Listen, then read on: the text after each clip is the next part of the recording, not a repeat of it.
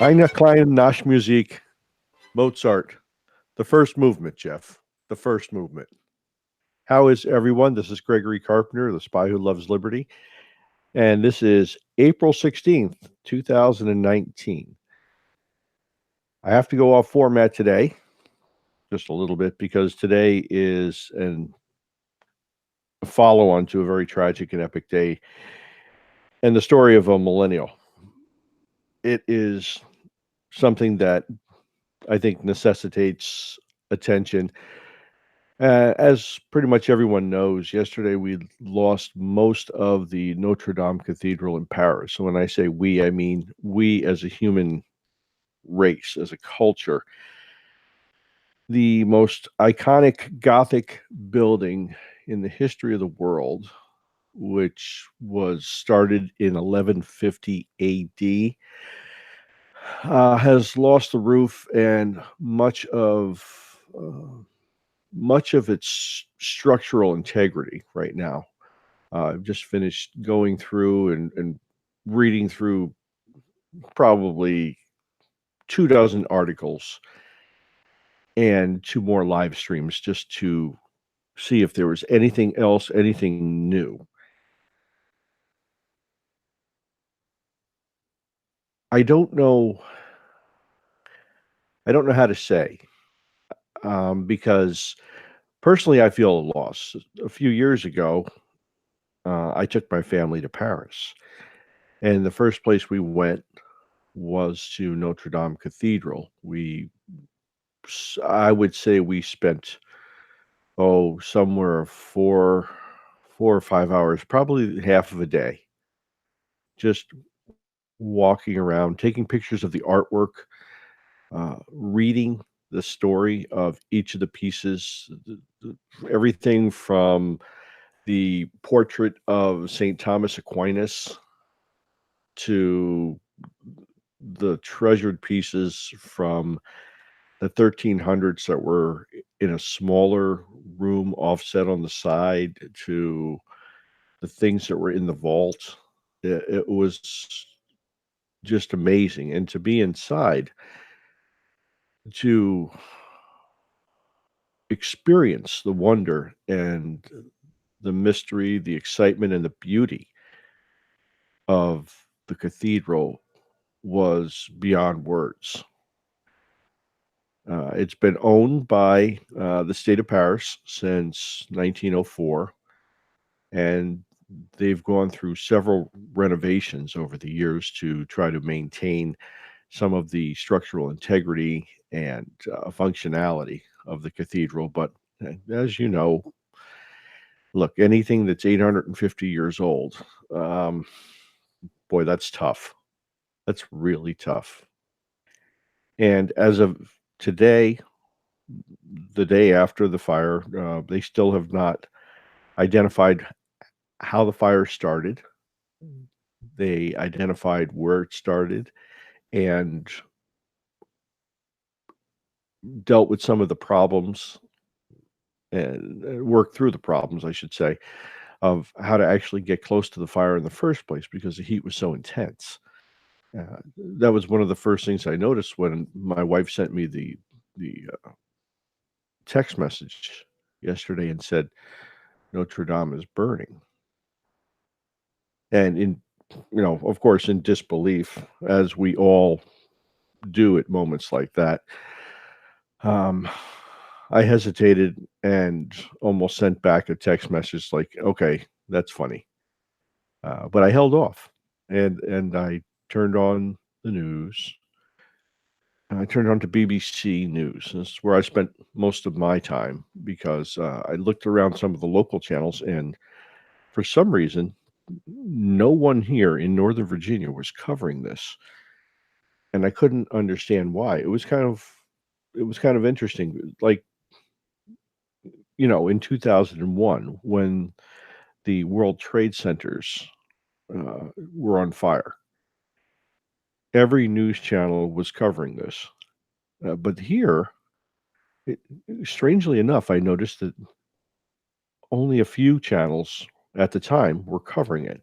And I checked back later in the day, and some of the local channels were, and some of them weren't. And yeah, later on into the evening, most of them weren't. And um, it was only the international channels that I looked at.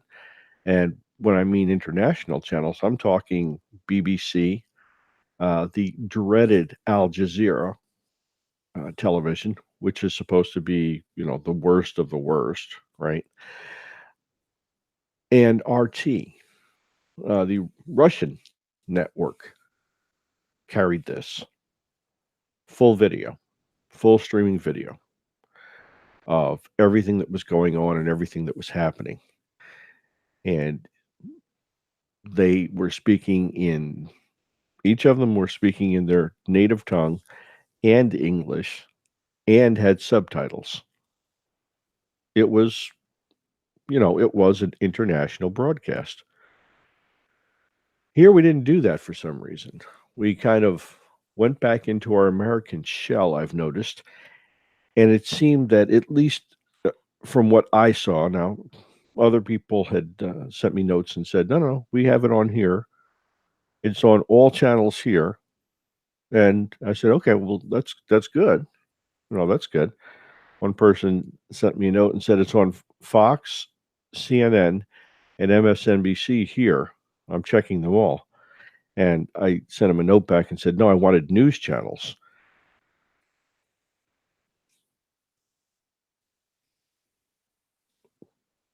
We have lost something.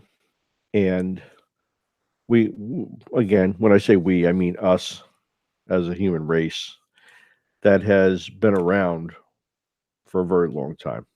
Very long time. It's outlived my parents, my grandparents, you name it. Most people can't trace their genealogy back that far to 1150.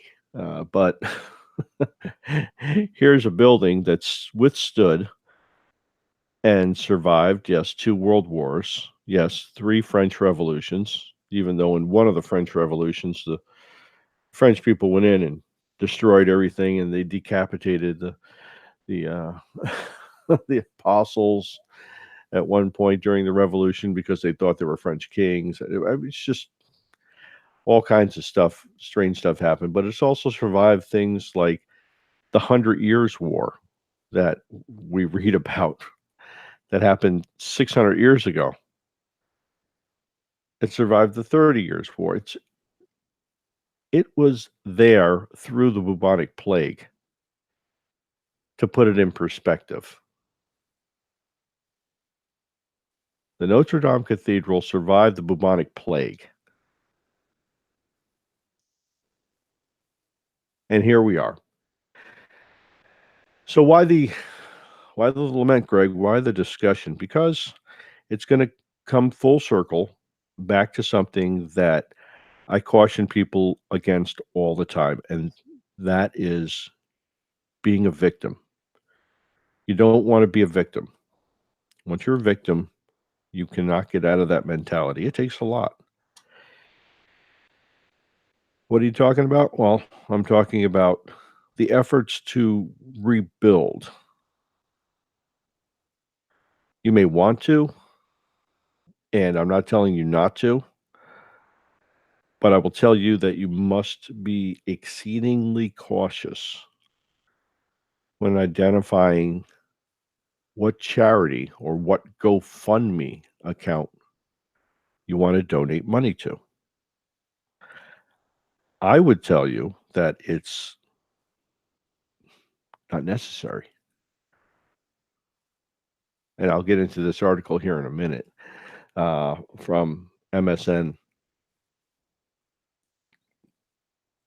But it's easy to get scammed in something like this. There's a lot of emotion floating around. Many people are upset and very saddened, and rightfully so. But remember, when uh, something of this epic proportion happens, there is a response of epic proportion. So let me read this article real quick, which explains a little bit of what I'm talking about. It says here, This is from the New York Times, posted on the MSN site. It says Notre Dame will be rebuilt, Macron says, as fire is extinguished. This was just posted about 40 minutes ago. The fire that roared through Notre Dame has been extinguished, officials said Tuesday, after President Emmanuel Macron of France vowed to rebuild the cathedral, a beloved symbol of the city for more than 8 centuries. And prosecutors began investigating what caused the blaze that badly damaged a world renowned jewel of Gothic architecture. Just hours after this cathedral's lacy spire and much of the roof collapsed amid leaping flames and smoke on Monday, Mr. Macron stood outside the still burning structure and said an international effort to raise funds for reconstruction would begin on Tuesday. We will rebuild Notre Dame, he said, because that is what the French expect. And now, off the article for a second here, I was texting with some of my friends who live in Paris, and they said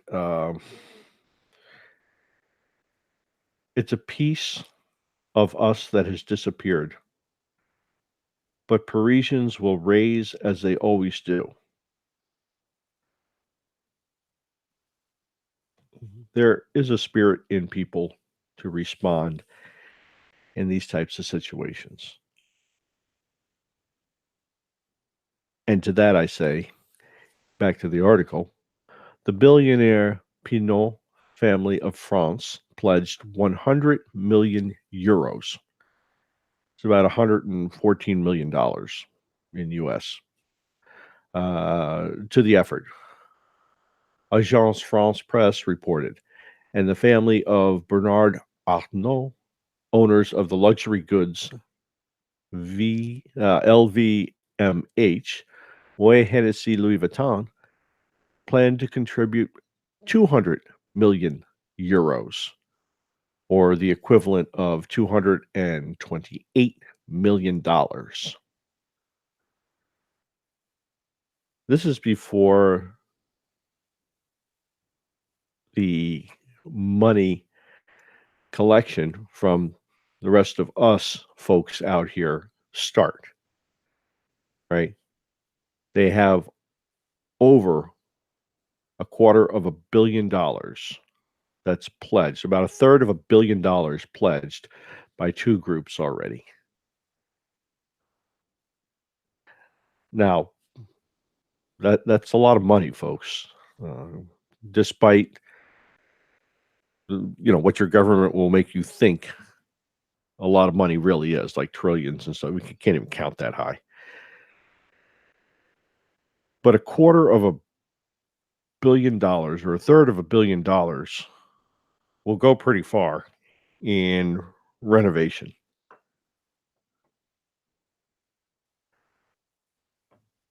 There are over 50 GoFundMe sites that have already started. Do you think any of them is going to raise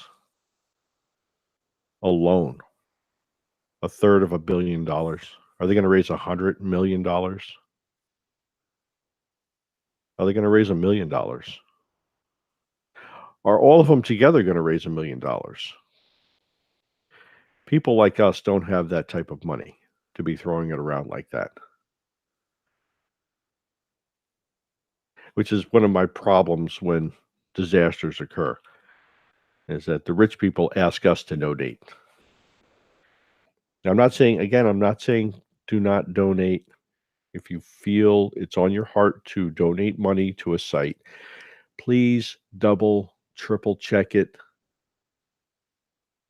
Make sure that it is a good quality site that's been stood up. I would highly recommend you go with one of the old standbys, a well-known, established organization that collects money for incidents like this. If a lot of people were injured, I tell you, go to the Red Cross, the Red Crescent. They're the ones that do this type of stuff all the time. Their records are open to the public. You see what happens with the money. Not some fly by night stood up GoFundMe account. I would definitely discourage you against that. Now, here's the interesting part. The first fire alarm on Monday was triggered at 6:20 p.m. and checks were carried out, but no fire was found. The parish prosecutor, Remy Heights, said a second alarm went off at 6:43 p.m. and fire was discovered in the wooden framework of the attic. In the meantime, the cathedral had been evacuated because a mass had started shortly before. So that's why a lot of the artifacts and things were able to get removed from the building before the fire got too bad. And we'll cover some of those a little bit later on. Mr. Height said that nearly 50 investigators were working to determine the cause of the fire, interviewing workers and other witnesses, but that would be a long and complex investigation. So far, the fire appears to have been an accident. Nothing at this stage suggests a voluntary act, meaning that it was not an act of terrorism or something like that. But that makes it even worse, in my opinion. And I was having this discussion yesterday. Well, why is it worse? Well, these are highly trained professional people doing a professional job. They're paid to not make mistakes. They're paid to make sure that things like this don't happen. They're paid a lot of money to do this type of work. And for it to happen at such a location is even more tragic because they're supposed to make sure that this never happens. Now, I know that no situation is a perfect situation and things can get out of hand at any place, anytime. They're working with electricity, chemicals that are made to help renovate the building, and the different complexities of the different materials that are in the building are rather vast. So there are many, many things at play here. One article went as far that I was reading says it could be something as simple as a misplaced cigarette. And I thought about that for a second. And I came up with the idea that, my gosh, if it was a cigarette that burned down Notre Dame, the guy who flipped that cigarette or went to throw it out and didn't put it out correctly or whatever the case, around 800-year-old oak. A lot of the roof and the ceiling inside of Notre Dame was the original wood from the 1100s and 1200s.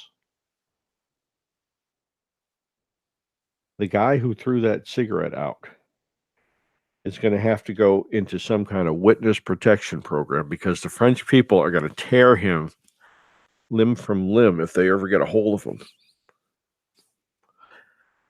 Now, I don't know if that's the way it happened or not, but that would be a rough way to spend the rest of your life, I'd have to say. It'd just be horrible, running from place to place. And what do you have on your resume? Well, yeah, and this is a sad thing too, is that the French president was looking to, Mr. Macron was looking to deal with some of the violence that's going on in Paris and try to take care of some of the other things. Okay, politically, I know people, French politicians haven't been the stalwart of conservatism over the years, but when this guy ends up passing on, they're going to look at anything and everything he's ever done, and anything that's good is going to be completely overshadowed by, oh yeah, and Notre Dame burned down while you were the president. That's what it's going to be. He's not gonna outrun the length of the story on this. It's going to be with him the rest of his life. And this is what he's going to. Anybody who runs for office is looking to be remembered in history for something as, this great person, that great person, whatever. Well, his footnote in history was going to be, the sitting French president during the time that Notre Dame burned down. Despite anything else he does in the world, it's just not going to be good. And this is what he's going to get remembered for. We've seen it before. What do people remember the first Bush for? No new taxes. Read my lips. No new taxes. Right? Did he do some good things? Yeah, he did. Did he do some bad things? Yeah. He sure did. But you're going to remember him for that stuff. And that's what it is. Saddam Hussein, all this crazy stuff like that. What do you remember Jimmy Carter for? Did he do some good stuff? Yeah, he did some good stuff. Did he do some bad stuff? Sure. You remember him for what? Inflation. The inflation that was caused, it was caused by who? Yeah, Nixon. Nixon's the one who started that trend that caused the inflation that made Jimmy Carter look worse than he was. Was he a bad president? Yeah, pretty much, yeah. But he wouldn't have looked as bad, and he would have been remembered for something other than the tragic economy during his administration if it wasn't for Nixon and what Nixon did. Nixon is a term that's synonymous with Watergate. Did he do good stuff? Yeah, he did a lot of good stuff. Pulled us out of Vietnam and some other stuff. But nobody remembers that. Nobody knows that. They remember Tricky Dick. They remember Watergate. In the same way, French president will be remembered.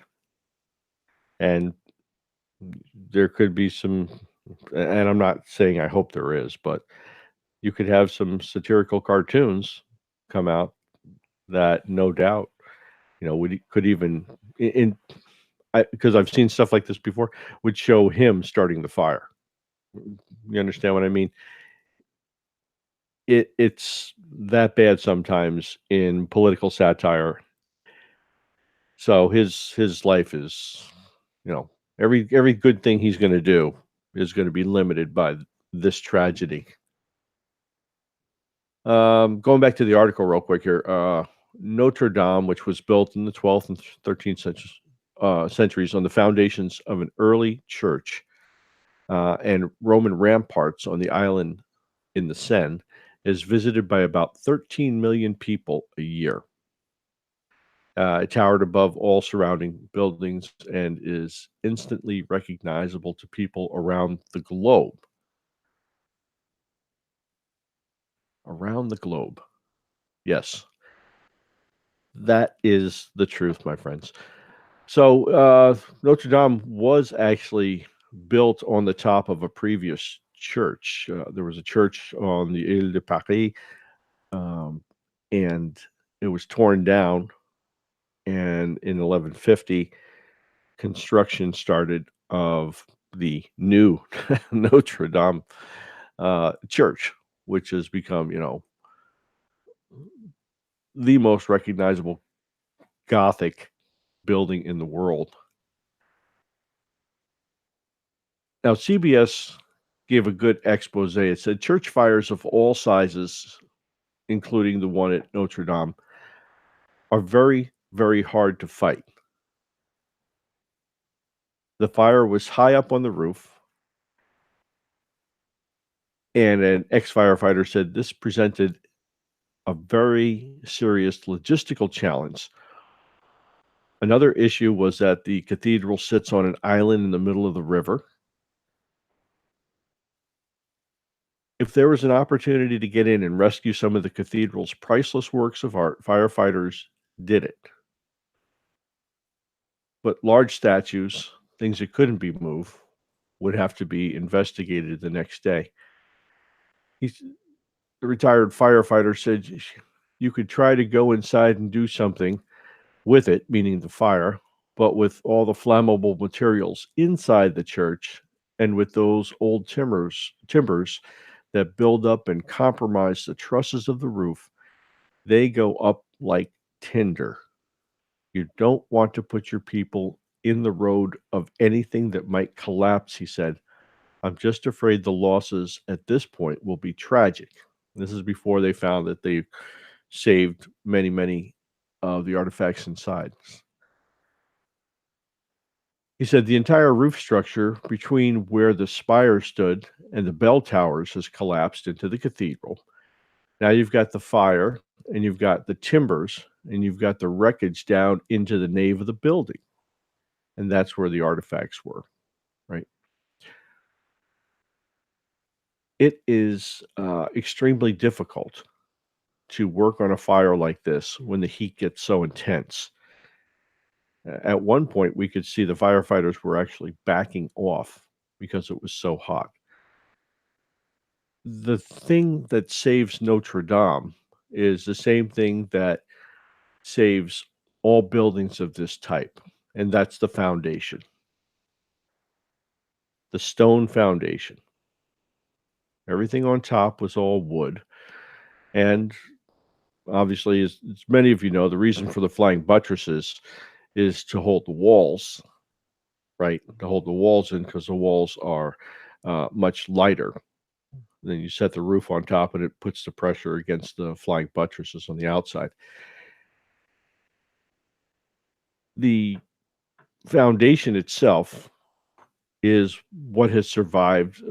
It seems to be that the windows have also survived. The three stained glass windows. I last thing I read it said that they all made it. Um, but the foundation is where it's important. And now look at this in contrast to something that happened most recently in our history here. The World Trade Centers. Take those for example. And I don't mean Tower 1 and Tower 2. Let's talk about Tower number 7.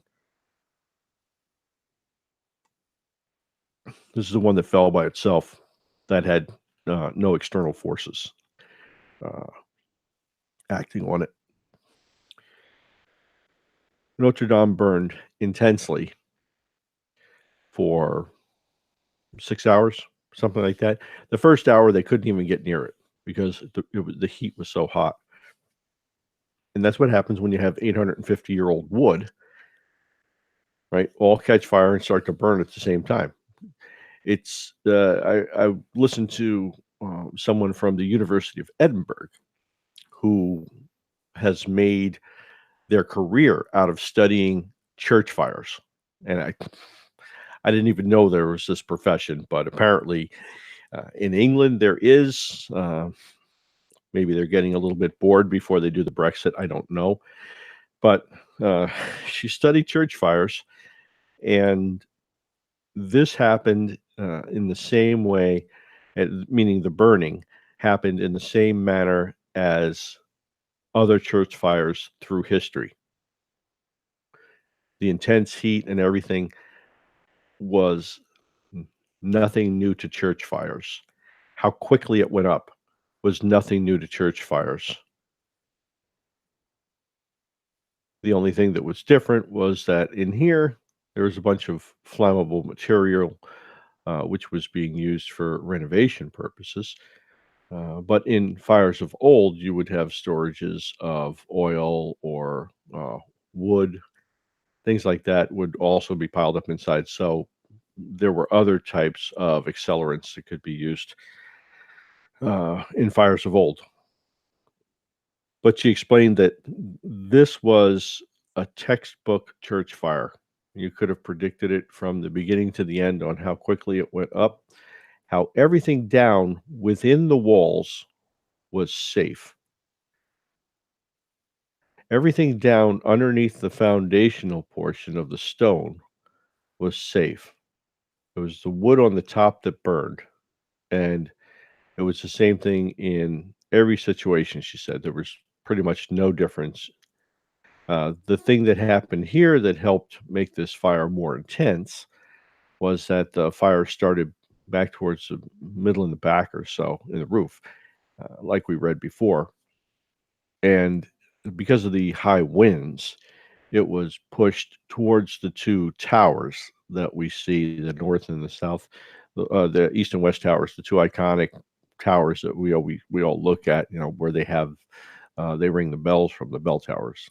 Um, that made the made it very difficult to contain the fire, obviously, because if the fire was in the back and stayed in the back without any wind, you would have been able to save most of the roof, she said.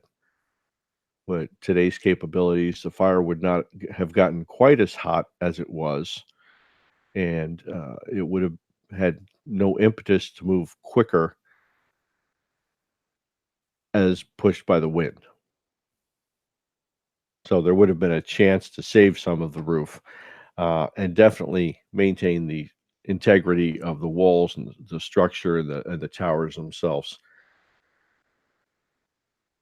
So when looking at that and how strong this is, now you can rebuild on top of it, right? No problem. You check out the integrity of the remaining structure and you shore up what has to be shored up, and you continue on and you can rebuild it. Now let's look at tower number 7. Uh, it was said that flying debris hit the building, damaged it, and there was a fire, and the fire burned, and the fire burned for about 6 hours or so. But it was a smoldering fire; it wasn't full flames like this. But they couldn't put it out, and the building collapsed. Now, there's nothing left to it, and something that was put up in the 80s. Yeah, Tower 7 went up in the 80s, folks. Um, we got something that was up for what, 13 years, 14 years down, and there's nothing to go with. We can't rebuild it. And if you look at Tower 1 and 2, what happened there? We couldn't save anything. We couldn't rebuild anything. Nothing. But here, an 850-year-old building, they can rebuild it because they built it on a good foundation. The stuff we built, look at what we built.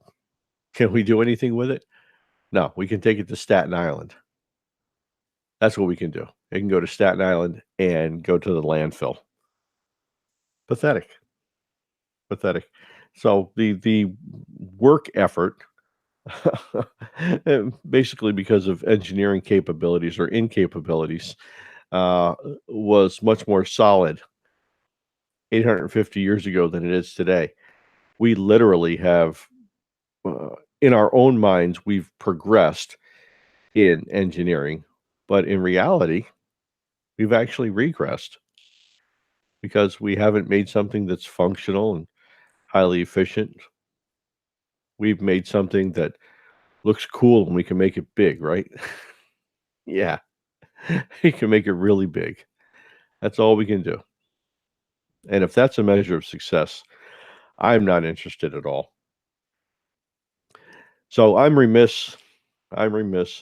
Jeff, I should have said, Jeff, our producer, is here, and that you can watch us on the YouTube radio.co. And what else, Jeff? What else do we have? What else can we be listened to on? Well, if they follow us on SoundCloud, all the There you shows go. up there, and every time there's a new upload, they'd be informed of it, so they could go right there. And of course, everything's on YouTube; they're all recorded there. So if they sign up, they'll get a notification in SoundCloud that something new's been posted. And if they subscribe on YouTube, they would get the same notification that we're going live. It'll give them the time we're going live. So See there's that? the benefits to subscribing. That's a great thing to do. I mean, that way you know. I like that. In a world that's kind of hit or miss, I guess, these days, and haphazard at times because we're running around from here to there, it's not a bad idea to have some type of a reminder shot out to you periodically. I kind of like that idea. And being on the other end of this, folks, I don't really get the notifications because, I'm usually on the other side of it. So I don't even know how it works. But that's why we have Jeff here, because Jeff knows these things. He produces and he knows things. And that's what we like him for, because he's good at it. Thank you, Mr. Jeff Johnson, sir. Back to the main point of this is the fundraising. Now here, Reuters had shared a very good article on fundraising, and I found it interesting that when I navigated to the page, that the AI that associates what ads will show up on what pages has chosen that it wants to put UNICEF as an ad on this page, which is an organization that will take your money, run by the United Nations, but it is probably the worst, if if not one of the 5 worst organizations to send any of your money to. Um, the UN does not do an extremely good job. It doesn't even do a mediocre job at taking funds and using it through UNICEF. There has been scandal after scandal about people siphoning money from UNICEF. I would caution you, if you're going to, go ahead and uh, if you want to be the person to do the raising, that's fine. If you want to give funds to someone, I would caution you against organizations like UNICEF. They really don't do justice to the money that they've collected, and they don't speak for the people that gave them the money at all. It just doesn't happen. So anyway, back to just a little note on AI and how AI has no conscience. It just puts in what it thinks it believes is correct. And I have another side thing. Well, let me tell you about that real quick here. Um, when the news first broke, the AI system on some of the major news sources, France 24, which is a big news source in France, CNN and Fox, all ran with pictures. The AI on Twitter identified that something was trending. Immediately, something was trending that was epic. The AI that is assigned to the images on the television is the thing that runs the I guess the debunking information at the bottom.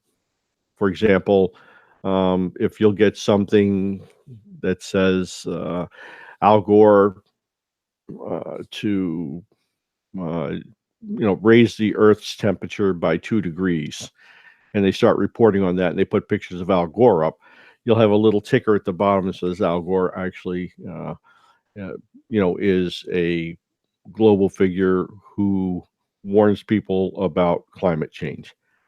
So the little fact check kind of a thing at the bottom in the ticker that usually pops on. Well, what happened here was that these 3 massive news agencies, their AI had taken and analyzed the picture of Notre Dame burning and associated that with the picture of the World Trade Centers burning, and put a debunking message that said September 11 attacks, also called the 9/11 attacks, blah, blah, blah, and put a link to Encyclopedia Britannica on it. Very interesting to see the AI making mistakes like this. And it's not the first time, and it won't be the last time, but AI is still coming along and will be your worst nightmare in the future. So just watch it as it progresses, because you can't do anything about it anymore. People have gotten to the point where they're going to continue to push forward with this stuff. Let's see, Los Angeles Reuters. The fire that devastated the cathedral prompted fundraising appeals where? In the United States, of course, right? We're the people that give the most. As people horrified by the blaze began making commitments to restore a global landmark even before the flames were extinguished.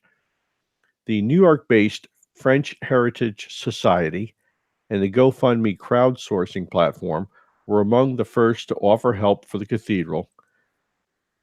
That is a must see destination, yada yada. French President Emmanuel Macron said the international campaign would be launched to raise funds.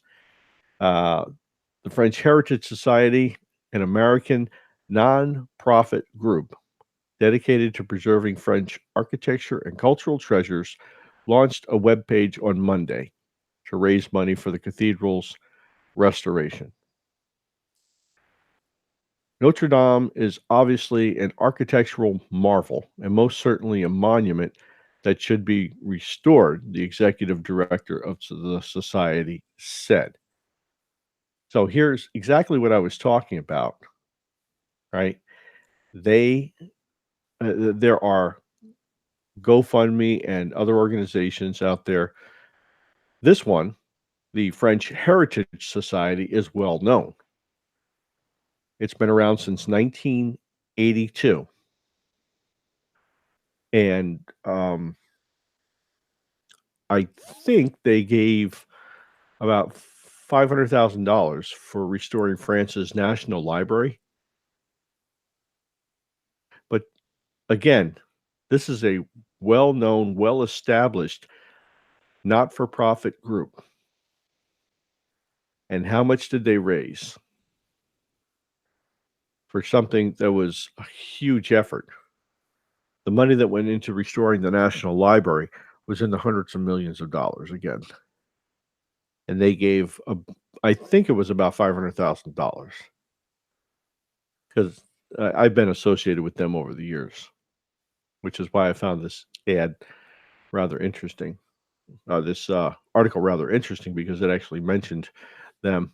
At the website GoFundMe, more than 50 campaigns related to the cathedral fire have been launched globally by Monday.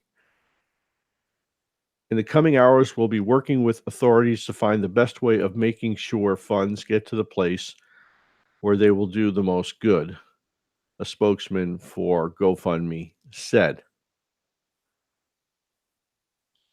Some of the GoFundMe campaigns had not listed any money raised by late Monday, and several joke campaigns were created through GoFundMe to help Quasimodo, the fictional character in Victor Hugo's novel, The Hunchback of Notre Dame, which was written in, I want to say 1838.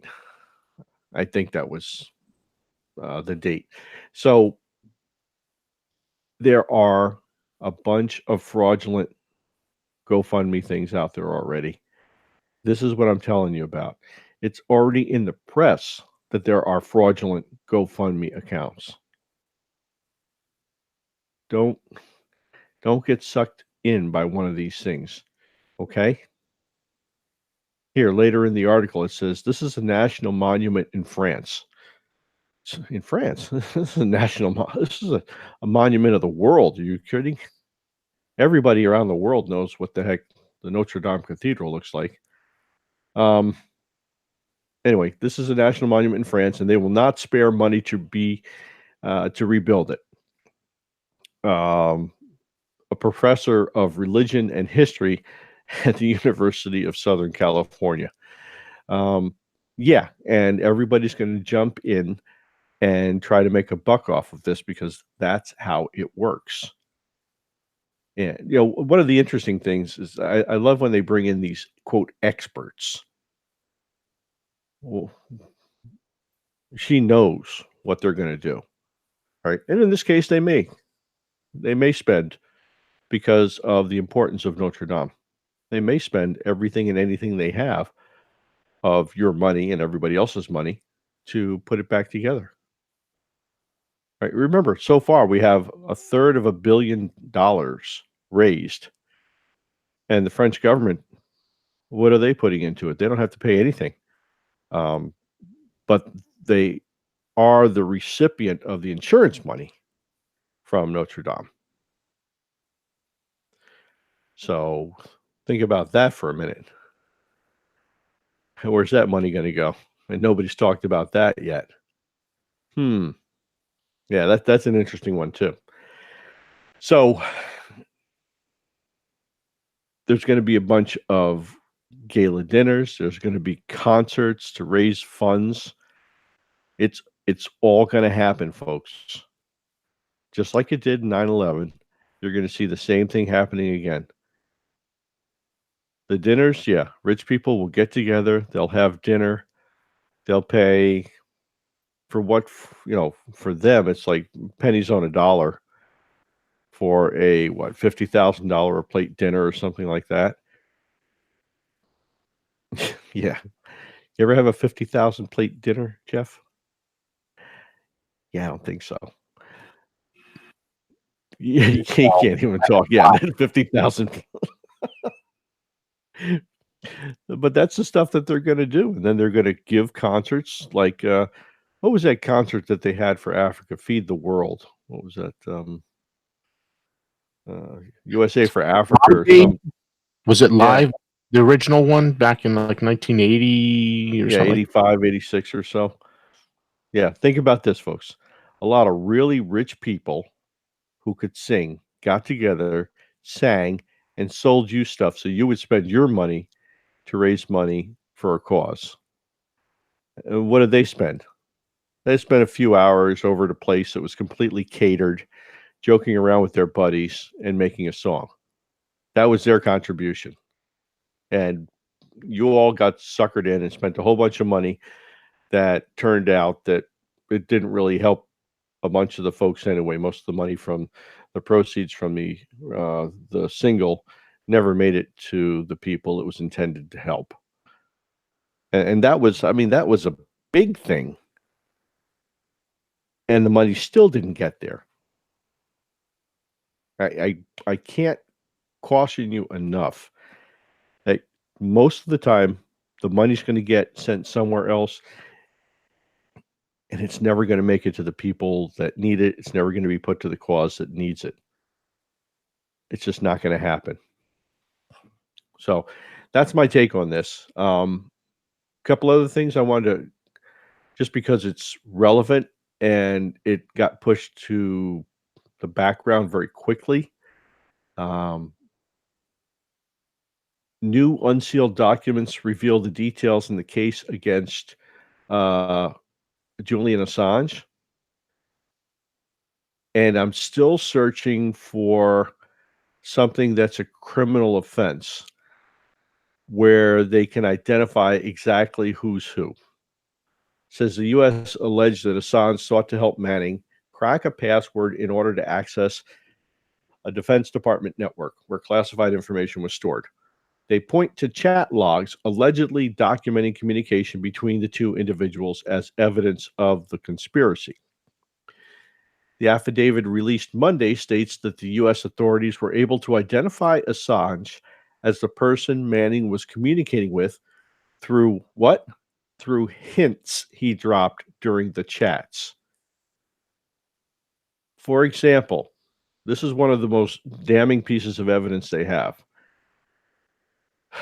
The individual wrote in March 2010 that he enjoys debates, and the individual, right?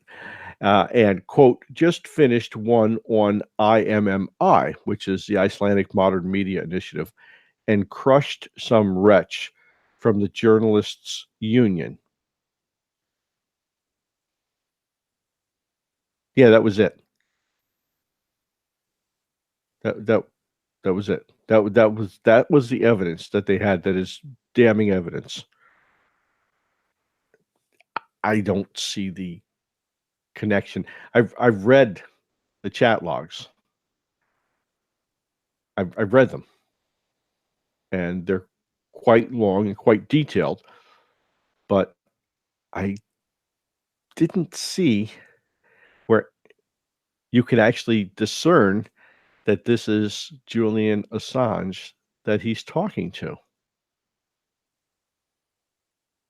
It it's just not there. So the question becomes why and how. I mean, will they get the conviction? Of course they'll get the conviction because they're bringing him, back to the States. He's going to be extradited back here and tried in a U.S. court. Of course he's going to get convicted. But there is, I mean, extensively no solid evidence that he did anything. At least not yet, and not from what I've seen. And I've looked at a lot of the stuff. Now, it may be with some of the other uh, uh, information that they have, some of the other evidence that they have, that there's sufficient amount of information there that would help identify that, yes, this is Assange. He is the one who was helping Manning, because not just something that's not even circumstantial, but implies. I mean, it doesn't even, the names aren't even used. They don't have the information from computer to computer to show which two computers were communicating. This is why it's really strange to say that they have this solid evidence. I didn't see it, and I hope that they would want to have more solid evidence if they're going to try to convict a U.S. person of this crime. There is a danger here. They're attacking the free press that we claim is so important to us from doing their job, and that is to keep government honest. And the burden of proof has been lowered to insinuations and gestures. Um,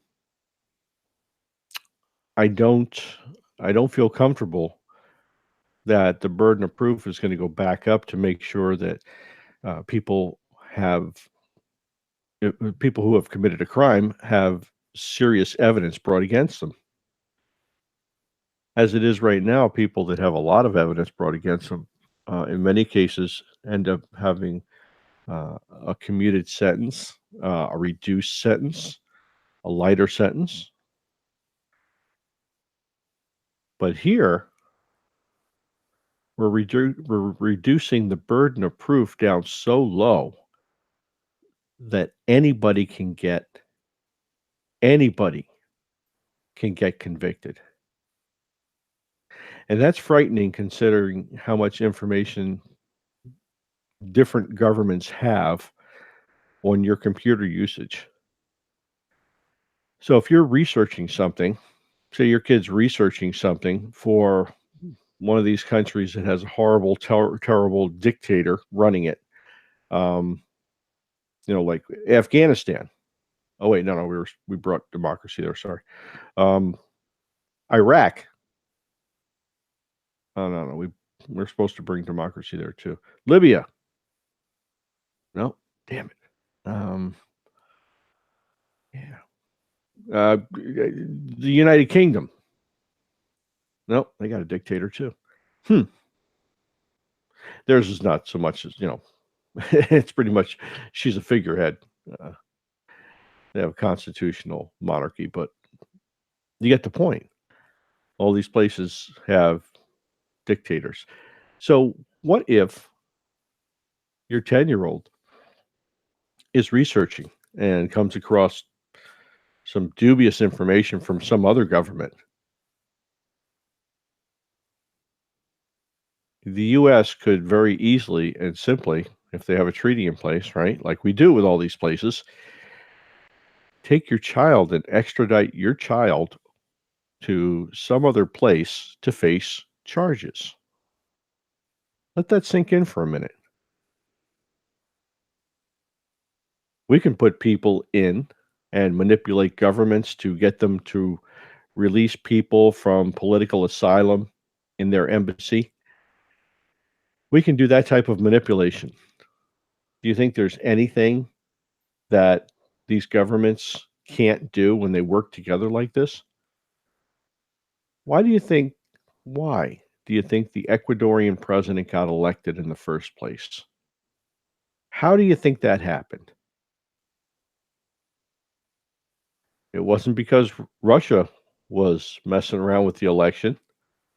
No, it had to be somebody more close to home to get the exact outcome that we wanted out of the Julian Assange WikiLeaks case. We wanted him out of that embassy. Why did he have the sexual assault charge? Why was it dropped? He had the sexual assault charge so that he could have something in Britain. What do you mean? Well, he failed to appear, didn't he? Yeah. And the sexual assault charge was dropped, right? Yeah. Well, he failed to appear. So now Britain has something that they can work with so they can legally just go out and pick him up, and it's not their fault that they're handing him over to the US. How neat, how easy, how convenient. And there really was no sexual assault charge. We just needed to have something so that we said that we had a reason to think up a charge that would be good in England. Next case. It's that easy, folks. And that's how these governments work together. They do it all the time. The only people that don't know what the hell's going on is us. We're the ones. And it's a shame. For having a government of the people, by the people, and for the people, as our buddy Abraham Lincoln once said, it seems to be without the people. Everything about people has been left out of our government lately. Everything involving our welfare, gone. It's just gone. We don't have it anymore, folks. And it's really, really sad. So, well, folks, I hope I've helped enlighten you a little bit about spending your money and how to do it in a good manner, responsibly. Don't get suckered in. Don't fall for it. These sites will pop up. These money-raising events will happen. Be wise with your money. You're already taxed and have to spend your money in millions of different directions as it is. Jeff, anything you want to add at the end of the show here? Negative, my friend. You are about 30 seconds out. That's what I had a hunch. And therefore, another fine day has come and blossomed. And always be positive, be optimistic, love life, and have a happy day, folks. For The Spy Who Loves Liberty, this is Gregory Carpenter, your host, with our super producer, Jeff I Can Do That Johnson. Have a wonderful, awesome day.